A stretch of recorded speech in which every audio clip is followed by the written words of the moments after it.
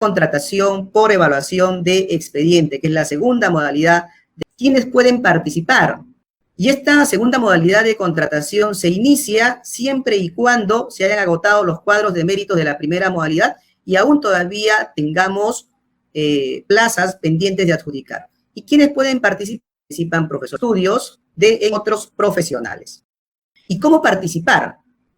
A diferencia de la primera modalidad de contratación, ya quienes participaban en la primera ya formaban parte de un cuadro de méritos, ¿no? Y solamente se iba a aplicar un desempate a quienes compartían, digamos, un mismo orden de ubicación, es decir, a quienes estaban empatados. Pero en esta segunda modalidad, el postulante deberá de presentar su expediente en la UGEL de su elección a través de la mesa de partes física o virtual, señalando la modalidad educativa, nivel o ciclo y área curricular, especialidad o campo de conocimiento al que postula.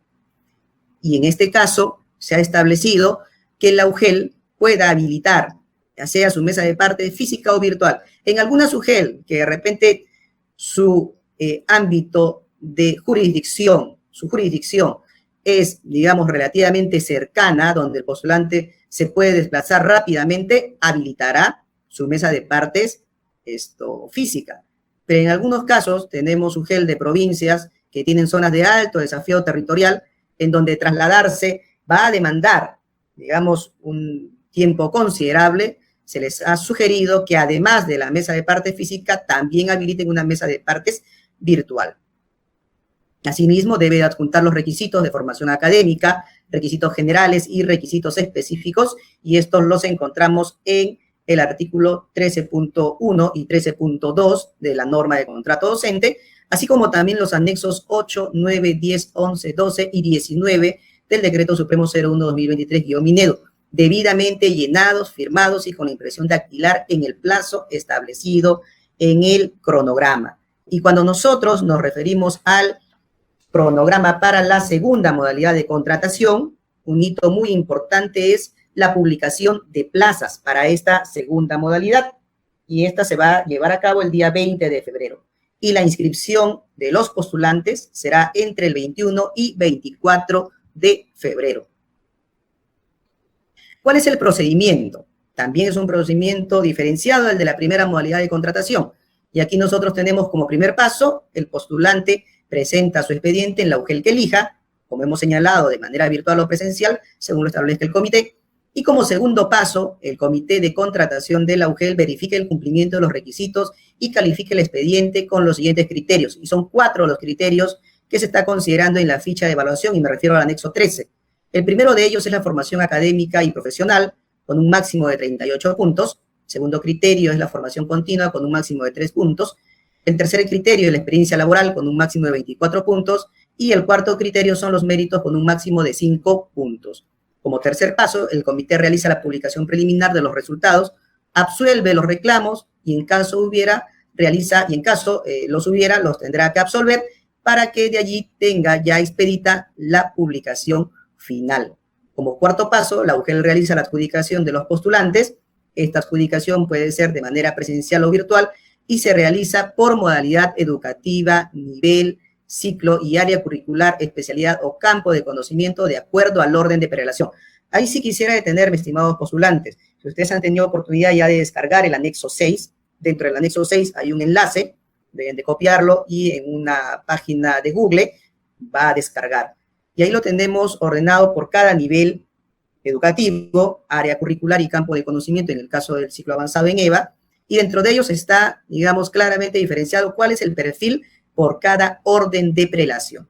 Entonces, el cuadro de méritos que se va a establecer en esta segunda modalidad va a tener que ser por orden de prelación, y dentro de ellos, dentro de cada orden de prelación, porque puede ser que más de un postulante comparte el mismo orden de prelación, dentro de ellos se aplicará un pequeño orden de méritos, ¿cierto? Entonces, la forma de adjudicar no es por el puntaje, sino es de acuerdo al orden de prelación. Se adjudicará primero a quienes están en el primer orden de prelación. Se determina con él o con los postulantes que están en ese primer orden de prelación y pasará al segundo orden de prelación. Se adjudicará al o los postulantes que estén en ese segundo orden de prelación y así sucesivamente hasta agotar todas las plazas. Finalmente, como quinto paso, el comité entrega el acta de adjudicación al docente, quien debe remitirlo firmado a la UGEL en un plazo de 24 horas para que posteriormente se emita la resolución de contrato, la cual tiene que ser emitida a través del sistema Nexus. ¿Qué es lo que debemos de tener en cuenta? ¿Qué es lo que se va a evaluar en este expediente? Se consideran los grados de maestría y doctorado. Como ustedes pueden ver, estimados participantes, no necesariamente tiene que estar asociado a alguna mención en educación.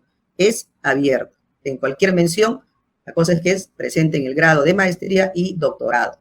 Como segundo punto, se le otorga puntaje a los diplomados que tengan como mínimo 24 créditos, que son equivalentes a 384 horas, y que desarrollen aspectos pedagógicos en la modalidad educativa, nivel o ciclo y área curricular o campo de conocimiento de la plaza a la que postula. Ahí, estimados participantes, a diferencia del grado de maestría y doctorado, los diplomados sí tienen que ser, digamos, dirigidos al nivel y modalidad de la plaza a la cual están postulando. También se consideran como puntaje los certificados, diplomas o constancias que se consideran válidos y son los realizados en los últimos 5 años. Y ahí también hacemos una precisión.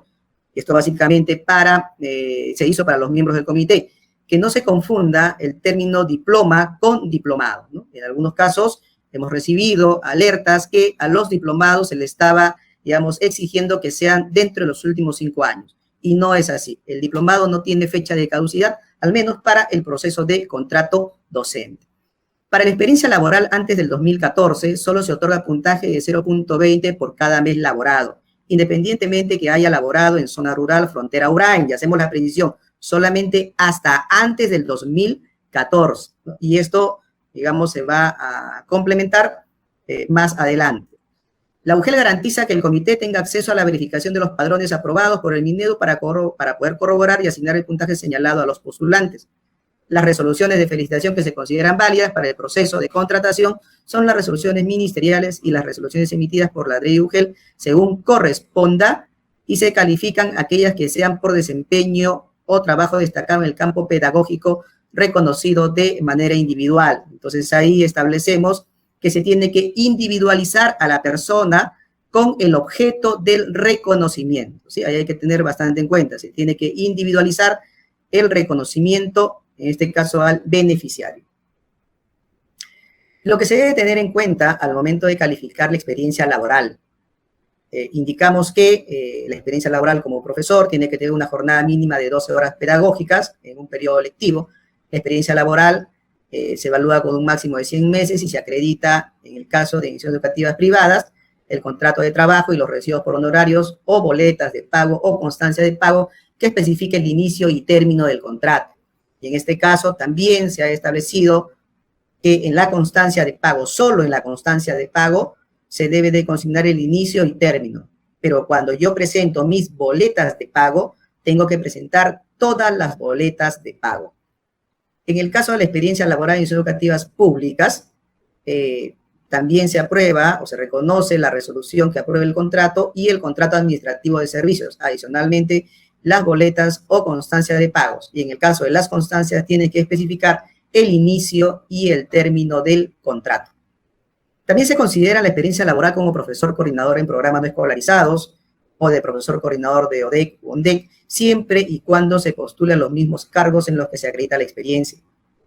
Asimismo, se considera como experiencia laboral para instituciones educativas y programas educativos solo de educación inicial la experiencia acreditada en el caso hayan sido contratados como promotoras educativas comunitarias, como las conocemos, PEC con sus siglas, de PRONOI, las cuales tienen que contar con el acto resolutivo de reconocimiento de pago de propinas emitida por la UGEL o por la DRE.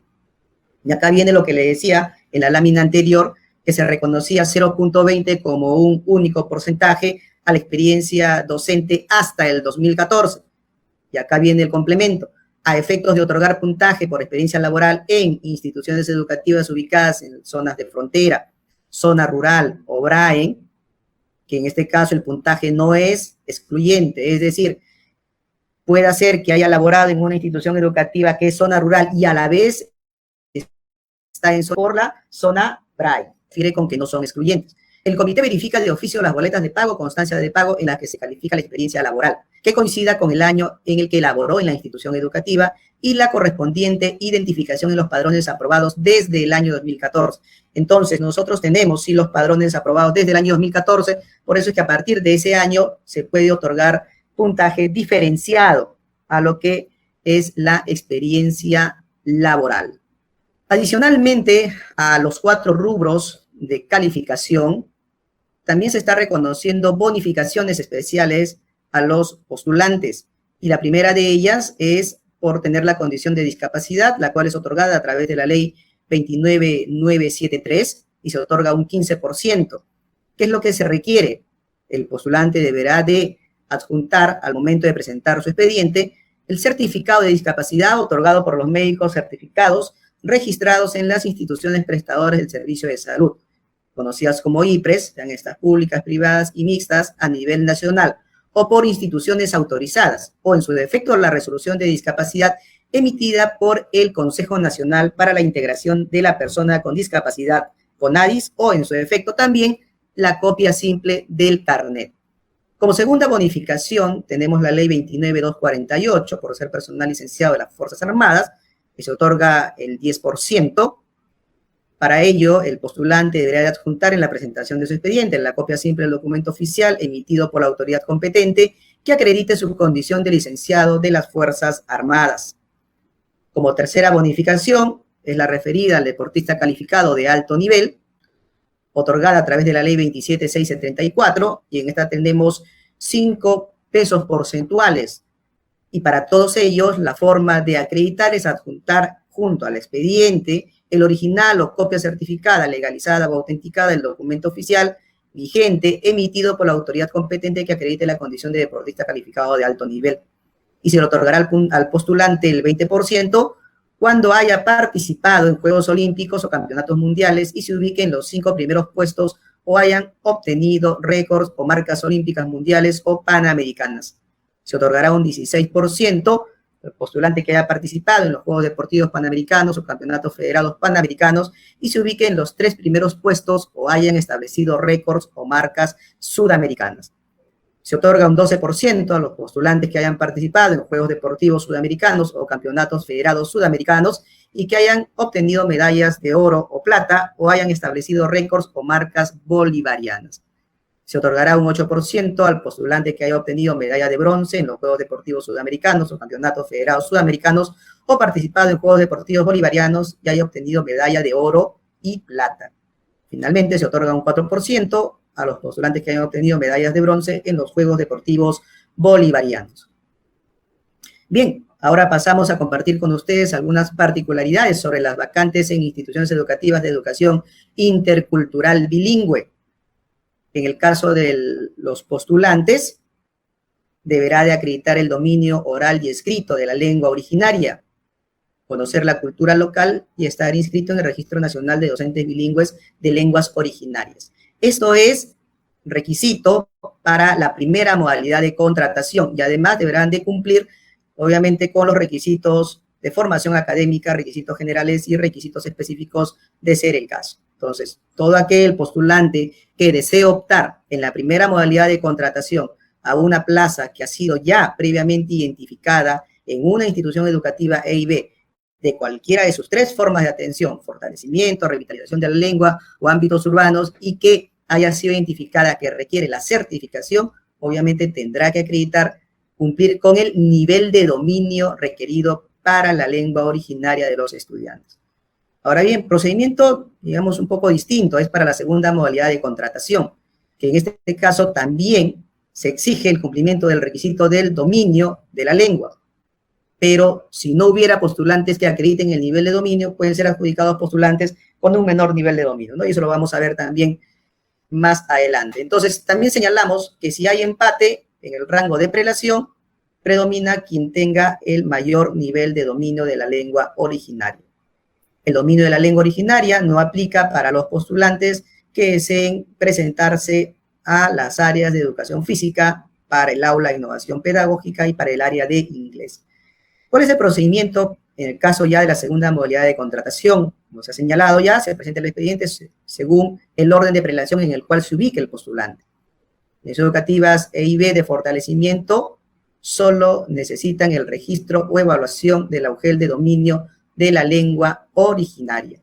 Organizaciones educativas EIB de lengua amazónica, de revitalización y ámbito urbano, el requisito del dominio de la lengua es deseable. Es decir, puede ser que tenga un postulante que acredite el nivel de dominio, algún nivel de dominio de la lengua originaria. Obviamente, cuando estamos adjudicando alguna plaza de lengua amazónica, pues él tendrá la prioridad. Pero si no hubiera, obviamente la misma norma establece que ya ese requisito es deseable, con lo cual bien pueden adjudicarse postulantes que no acrediten el nivel de dominio. Pero para las plazas que están ubicadas en instituciones educativas de lengua originaria de zona andina, sí es obligatorio el nivel de dominio, algún nivel de dominio, con lo cual allí se va a tener que solicitar a la Dirección de Educación Intercultural Bilingüe la aplicación de una evaluación excepcional para poder determinar qué postulantes cuentan con algún nivel de dominio.